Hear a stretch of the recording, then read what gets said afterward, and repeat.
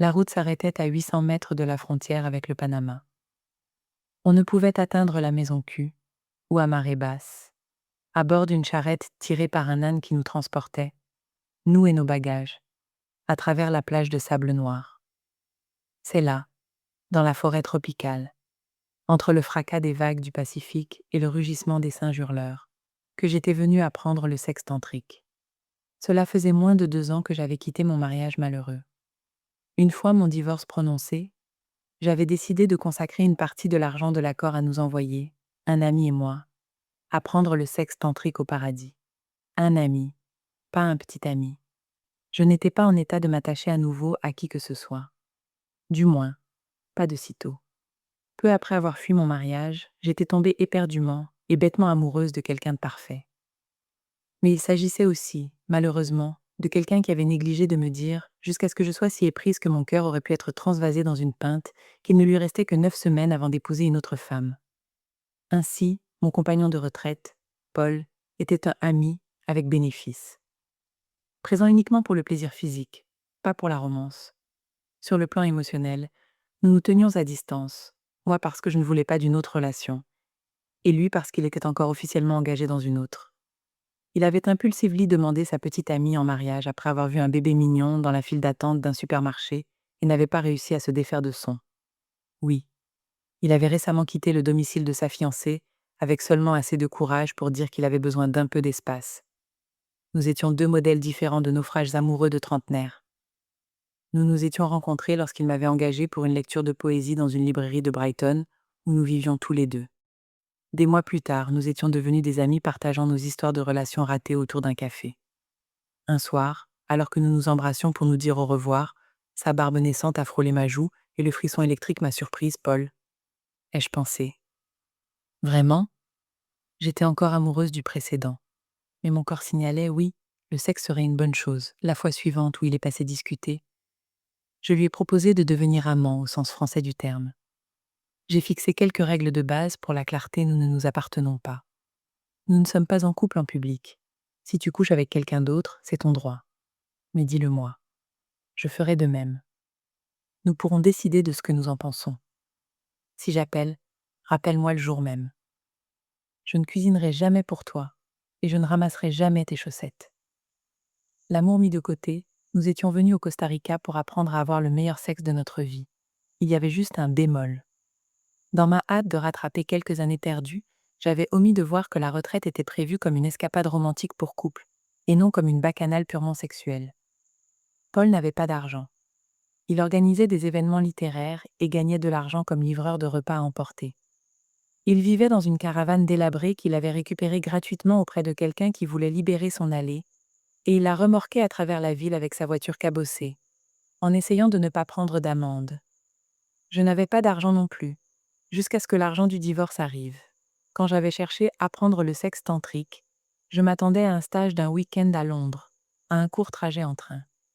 Mais ce qui est apparu était une semaine au Costa Rica, avec une deuxième semaine optionnelle pour le tantra avancé. Mes seules vacances depuis ma lune de miel avaient été un Pâques pluvieux dans les Cornouailles, juste après avoir quitté mon mari. Le mot vacances mérite des guillemets.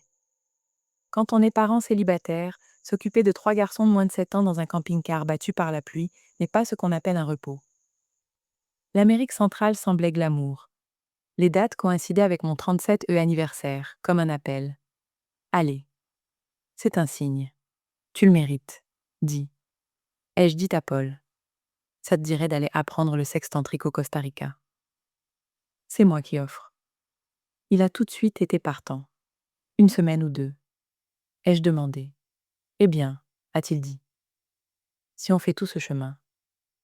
La Casa Punta Banco était perchée à 50 mètres au-dessus de la plage, dans une clairière de pelouse, d'hibiscus et de bananiers, bordée par 10 hectares de forêt vierge.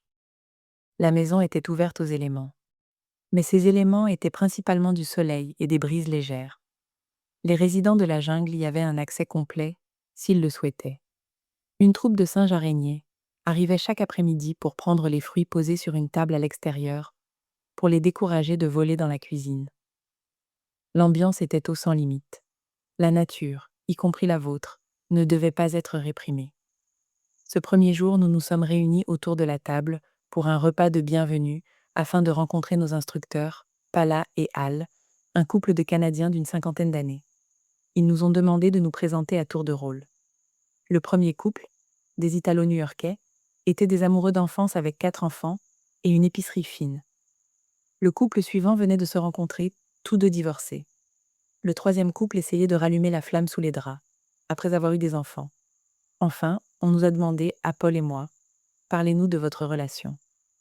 Nous ne sommes pas en relation, avons-nous dit à l'unisson. Je ne supportais même pas le mot. Un silence gêné. Est-ce que, a demandé notre hôte, vous avez réservé la bonne retraite? Je me posais la même question. Nous sommes amis, ai-je dit. Nous voulons juste avoir des rapports sexuels géniaux. Soulagés d'avoir passé ce petit obstacle, nous ne réalisions pas que le pire était à venir. Un exercice pour commencer, a dit notre hôte. Un exercice, puis 1 heure de temps libre avant le dîner. Je m'attendais à de la nudité publique, à des positions impossibles. Mais non. Nous allons nous regarder dans les yeux pendant 5 minutes, a dit notre hôte. Non. Sûrement pas. Je pensais pouvoir le faire. À quel point cela pouvait-il être difficile? Pour une femme dont la confiance avait été aussi écrasée que la mienne, cela s'est avéré très difficile, en effet. C'était si embarrassant. Le tout premier exercice, raté.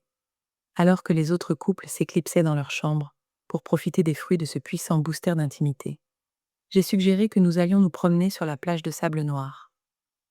Il n'y avait pas une seule âme en vue, dans aucune direction, avec la forêt tropicale dégringolant jusqu'au sable, et la Casa Punta Banco, étant la dernière maison avant le Panama, n'étant plus visible une fois le cap passé, on se serait cru dans une scène de Jurassic Park.